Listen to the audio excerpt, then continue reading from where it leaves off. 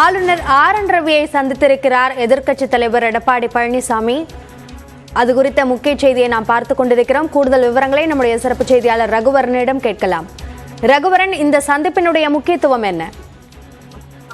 தமிழகத்தில் போதைப் பொருட்கள் பழக்கம் அதிகரித்து வருவதாகவும், இந்த போதைப் பொருட்கள் பழக்கத்தால் அதிக அளவு இளைஞர்கள் போதைப் பொருட்களுக்கு அடிமையானதாகவும் குற்றம் சாட்டி தற்போது எதிர்க்கட்சி தலைவர் எடப்பாடி பழனிசாமி அவர்கள் தற்போது ஆளுநர்களை சந்திக்க சென்னையில் இருக்கக்கூடிய ஆளுநர் மாளிகைக்கு வந்திருக்கிறார். ஏற்கனவே அதிமுக சார்பாக போதைப் பொருட்கள் அதிகரிப்பு மாணவர்கள் மத்தியிலும் அதிகரிக்கின்றது என்பதெல்லாம் கண்டித்து மாநில அளவிலே ஆர்ப்பாட்ட போராட்டங்கள் எல்லாம் நடைபெற்ற நிலையில் நேற்று முன்னாள் திமுக நிர்வாகி 2 டன் அளவில் போதைப் பொருட்களை கடத்தியதாக கூறப்பட்ட சாதிக் அவரும் நேற்று கைது செய்யப்பட்டிருக்கக்கூடிய நிலையில் இதையெல்லாம் கோரிக்கை மனுவாக வைத்து இதற்கு உடனடியாக நடவடிக்கை வேண்டும் என்ற ஒரு மனுவை தற்போது அவர் ஆளுநரிடம் கொடுக்க வந்திருக்கிறார்.